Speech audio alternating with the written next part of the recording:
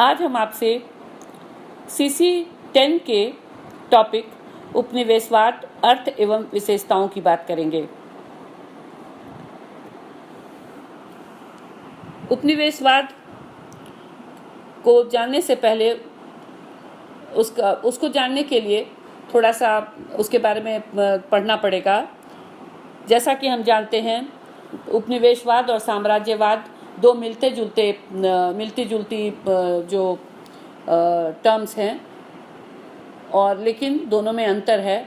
साम्राज्यवाद जो है वो केवल राजनीतिक व्यवस्था से संबंध रखता है, जबकि उपनिवेशवाद अपने उपनिवेश में रहने वाले लोगों के सामाजिक, आर्थिक, राजनीतिक तथा सांस्कृतिक जीवन पर भी नियंत्रण रखने का प्रयास करते हैं। द्वितीय विश्व युद्ध के बाद उपनिवेशवाद का मुद्दा अत्यधिक विस्फोटक बन गया। इस द्वितीय विश्व युद्ध, जैसा कि आप जानते हैं, 1939 से 1945 तक हुआ था। इस युद्ध ने सदियों पुरानी उपनिवेशवादी व्यवस्था की नींव को हिलाकर रख दिया। 1945 में जापान का आत्मसमर्पण ने उपनिवेशीकरण की व्यवस्था का अंत प्रारंभ कर दिया। इसके बाद विश्व की आधी से अधिक आबादी ने उपनिवेशवाद से छुटकारा पाने के लिए विदेशी शासन से स्वतंत्रता प्राप्त करने के लिए संघर्ष प्रारंभ कर दिया। पिछली 3 शताब्दियों में अंतर्राष्ट्रीय राजनीति में उपनिवेशवाद प्रमुख विशेषताओं में से एक था। अंग्रेजों, डचों तथा फ्रांसीसियों के साथ साथ स्पेन तथा पुर्तगाल ने भी अपने उपनिवेश बसाने शुरू कर दिए। इस प्रक्रिया में ब्रिटेन अपनी शक्तिशाली नौ परिवहन शक्ति तथा औद्योगिक क्रांति के बल पर इस क्षेत्र में महत्वपूर्ण शक्ति के रूप में उभरा। ये जो कुछ देश थे जिनमें कि अंग्रेजों के बारे में कहा जाता है कि उनकी नाविक शक्ति इतनी थी, और वहाँ जो औद्योगिक क्रांति हुआ था, उसके वजह से उनको कच्चा माल प्राप्त करने के लिए अपने देश के बाहर जाना पड़ रहा था, और ताकि वहाँ से वो कच्चा माल ला करके उसको उससे वस्तुएं बनाएं और फिर इन्हीं वस्तुओं को उन उपनिवेशों में फिर जा करके वो बेच दें। तो ब्रिटेन का उपनिवेशवाद में बहुत फैलाव था। उसके बाद डच, हॉलैंड या नेदरलैंड्स जिसको हम आज कहते हैं, वहाँ उनका, और फिर फ्रांसीसियों के भी काफ़ी उपनिवेश थे। ब्रिटेन के बारे में तो यह प्रचलित है कि उनके बारे में जो कहा जाता है कि sun never sets over the British Empire. British जो साम्राज्य था उसके ऊपर कभी सूर्यास्त नहीं होता था, क्योंकि उनके उपनिवेशों का फैलाव इतना था कि कहीं न कहीं सूर्य उदय ही रहता था ब्रिटिश साम्राज्य के ऊपर।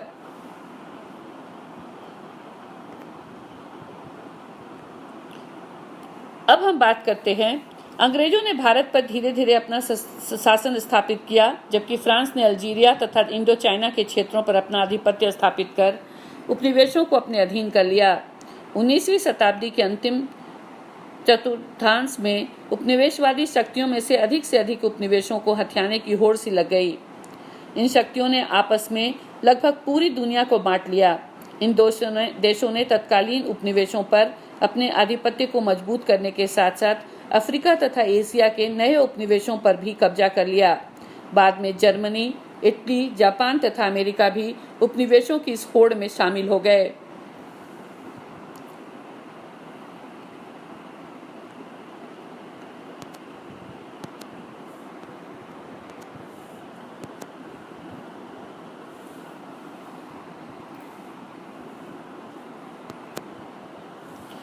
जे हॉब्सन कहते हैं कि उपनिवेशवाद एक स्वाभाविक मानवीय प्रवृत्ति है। इसकी कसौटी उपनिवेशी शक्तियों द्वारा औपनिवेशिक लोगों के प्राकृतिक तथा सामाजिक वातावरण में परिवर्तन करके उनकी सभ्यता को परिवर्तित करके उन लोगों को सभ्य बनाना है। इस प्रकार 19वीं शताब्दी के अंत तथा 20वीं शताब्दी के प्रथम दशक में उपनिवेशवाद अपने चरमोत्कर्ष पर पहुंच गया। आर.जे. हार्वर्थ के शब्दों में उपनिवेशवाद विशिष्ट आर्थिक, सामाजिक, राजनीतिक शक्तियों का मिश्रण है, जिसके द्वारा एक साम्राज्यवादी शक्ति अन्य क्षेत्र के लोगों पर अपना नियंत्रण रखती है तथा इसका विस्तार करती है। जैसा कि हम लोग इसमें देखें कि जो उपनिवेशवादी शक्ति थे वो वैसे लोगों को चुनते थे जिन पर कि वो अपना आर्थिक, सामाजिक, राजनीतिक शक्तियों का प्रयोग कर सकें और वहाँ से अधिक से अधिक शोषण करके अपना विकास कर सकें। अब हम बात करेंगे उपनिवेशवाद के अर्थ की। विश्व में उपनिवेशवाद का इतिहास लगभग 5 शताब्दी पुराना है। अपने विकास की प्रक्रिया में यह विभिन्न चरणों से गुजरा है तथा इसके प्रत्येक चरण की अपनी अलग विशेषताएं हैं। उपनिवेशवाद शब्द की अलग अलग परिभाषाएं दी गई हैं। हॉब्सन उपनिवेशवाद को किसी देश द्वारा किसी दूसरे विदेशी निर्जन या कम आबादी वाली भूमि पर स्थानांतरण के रूप में परिभाषित करते हैं। प्रवासी लोग नागरिकता के अधिकारों को भी अपने साथ ले जाते हैं तथा फिर स्थानीय स्वशासन जैसी स्थानीय संस्थाओं पर अपना पूर्ण नियंत्रण स्थापित करते हैं। जैसा कि ऊपर उल्लेख किया गया है, अफ्रीका में उपनिवेशवाद के 4 अलग रूप हैं। कंपनी, प्रत्यक्ष, अप्रत्यक्ष तथा उपनिवेशी उपनिवेशवाद के प्रकार के आधार पर शासन के स्वरूप में कुछ भिन्नता थी। उपनिवेशवाद की बहुत सी परिभाषाएं मूल्यों तथा भावनाओं पर आधारित हैं, जिनका यहाँ उल्लेख किया गया है। पश्चिमी संकल्पना के अनुसार उपनिवेशवाद एक लंबे समय के लिए विदेशी भूभाग पर सत्ता स्थापित करना और उसे बनाए रखना है, और यह भूभाग सत्ताधारी शक्ति से अलग और इसके अधीन होता है।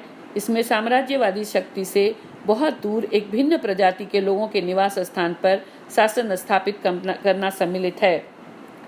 इस प्रकार हम देखते हैं कि उपनिवेशवाद, जैसा कि हम अपने देश के का उदाहरण ले सकते हैं, ब्रिटिश इंडिया कंपनी एक कंपनी के रूप में यहाँ व्यापार करने आई थी, और धीरे धीरे जब कंपनी ने देखा कि यहाँ पर वो शासन पर भी कब्जा कर सकते हैं, क्योंकि यहाँ उस समय शासन की अस्थिरता थी, मुगल साम्राज्य काफ़ी कमज़ोर पड़ चुका था और जो अन्य राजा थे उनमें भी एक दूसरे के साथ टकराव की स्थिति थी और राजनीतिक अस्थिरता का वातावरण था।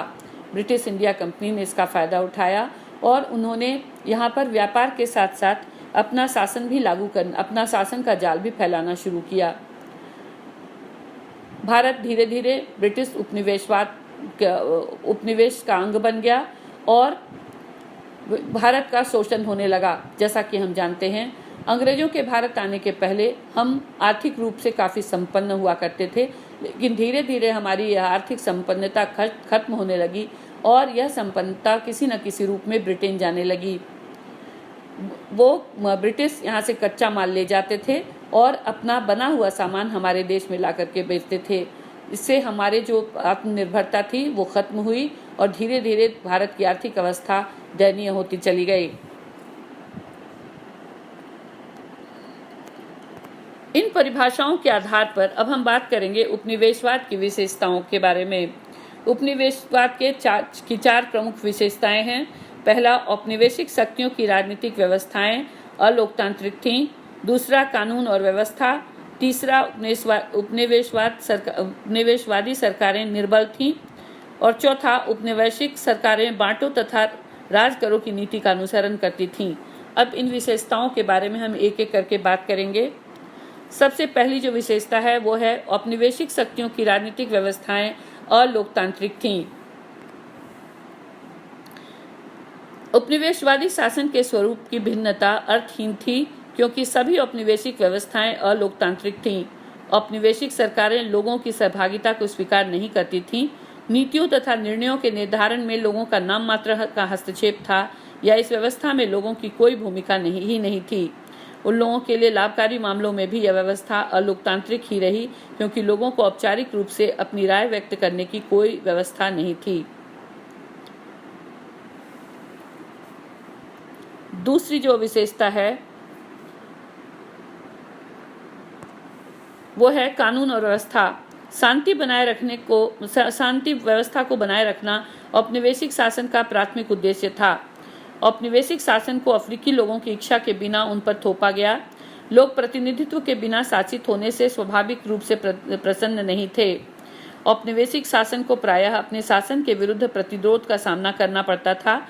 इसलिए शांति तथा व्यवस्था को बनाए रखना औपनिवेशिक सरकारों की सर्वोच्च प्राथमिकता बना रहा, जिसके कारण उपनिवेशों के अधिकतर धन का व्यय शिक्षा, आवास और स्वास्थ्य के स्थान पर पुलिस तथा सेना के विकास पर व उसे बनाए रखने पर हुआ। जैसा कि हम पहली विशेषता के रूप में देखें कि वहाँ पर प्रजातांत्रिक जो मूल्य थे वैसी व्यवस्थाएं नहीं थी। वो कभी भी जो बाहर से जो शासन आता था वो अपने आप को थोपता था और वो कभी प्रजातांत्रिक नहीं हो सकता था। दूसरी विशेषता है कि कानून और व्यवस्था को बनाए रखना उपनिवेशी शक्तियों की सबसे बड़ी प्राथमिकता थी, क्योंकि वो किसी भी तरह का विद्रोह नहीं चाहते थे और चाहते थे कि शासन व्यवस्था वहाँ पर वो अपना जो अधिकतम लाभ है उसको प्राप्त करें और लोग इसका विरोध न करें। तीसरी जो है विशेषता वो है उपनिवेशी सरकारें निर्बल थीं। उपनिवेशवादी सरकारें निर्बल थीं। अधिकतर उपनिवेशवादी सरकारों के पास धन का अभाव था। यूरोपीय औपनिवेशिक शक्तियां अपने उपनिवेशों को अफ्रीका के शासन पर सारा धन व्यय नहीं कर देना चाहती थीं। प्रत्येक उपनिवेश औपनिवेशिक शासन के अभियानों पर होने वाले खर्च के लिए अधिकाधिक धन उगाहने के लिए उत्तरदायी था। तो उपनिवेशवादी सरकारें जो थीं वो निर्बल भी थीं, उनके पास पर्याप्त धन नहीं था। ये थी उनकी तीसरी विशेषता।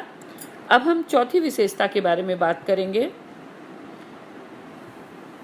औपनिवेशिक सरकारें बांटो तथा राज करो की नीति का अनुसरण करती थीं। सरकार सामर्थ्य के अभाव तथा कानून व्यवस्था पर अत्यधिक जोर देने के कारण औपनिवेशिक शासन सभी प्रकार से बांटो तथा राज करो की नीति का अनुसरण करते थे और जानबूझकर ऐसी नीतियों का कार्यान्वयन करते थे जिससे कि देशी शक्तियों का नेटवर्क तथा संस्थाएं कमजोर होती थीं। Module 10 African politics and government से स्पष्ट होता है कि अफ्रीका के कई हिस्सों में उत्तर निवेशवाद के जातीय संघर्षों की जड़ में किस प्रकार के भाषा, धर्म तथा जाति के आधार पर विभाजन के लिए औपनिवेशिक नीति उत्तरदायी थी तथा इन नीतियों के परिणाम स्वरूप किस प्रकार सामूहिक विभिन्नताओं को बढ़ावा देकर संघर्ष उत्पन्न किया गया। उपनिवेशों का साधन संपन्न होना भी अर्थहीन था, क्योंकि शांति तथा व्यवस्था के परे सरकारी व्यवस्था को विकसित करने के लिए आवश्यक आय तथा करों का अभाव था। इस प्रकार जो औपनिवेशिक सरकारें थीं वे बांटो और राज करो की नीति का अनुसरण कर रही थीं। वो किसी तरह चाहती थी कि जनता एकजुट ना हो ताकि उनका विरोध हो। वो चाहते थे कि लोगों को तरह तरह से अलग अलग ढंग से उनको बांट करके और उनमें एकता स्थापित न होने दिया जाए, जिससे कि उनका शासन चलता रहे और जो वहाँ के लोग हैं उनमें विभिन्न प्रकार के संघर्ष होते रहें, जिससे कि उन्हें इसका लाभ उठा करके वो वहाँ शासन को बनाए रखें। इस प्रकार उपनिवेशवाद की विशेषताओं के रूप में हम कह सकते हैं कि उपनिवेशवाद का अर्थ यह है कि अपने घरों से लोगों का उन बाहरी क्षेत्रों में प्रवास के लिए जाना जहां उन्होंने स्थायी तौर पर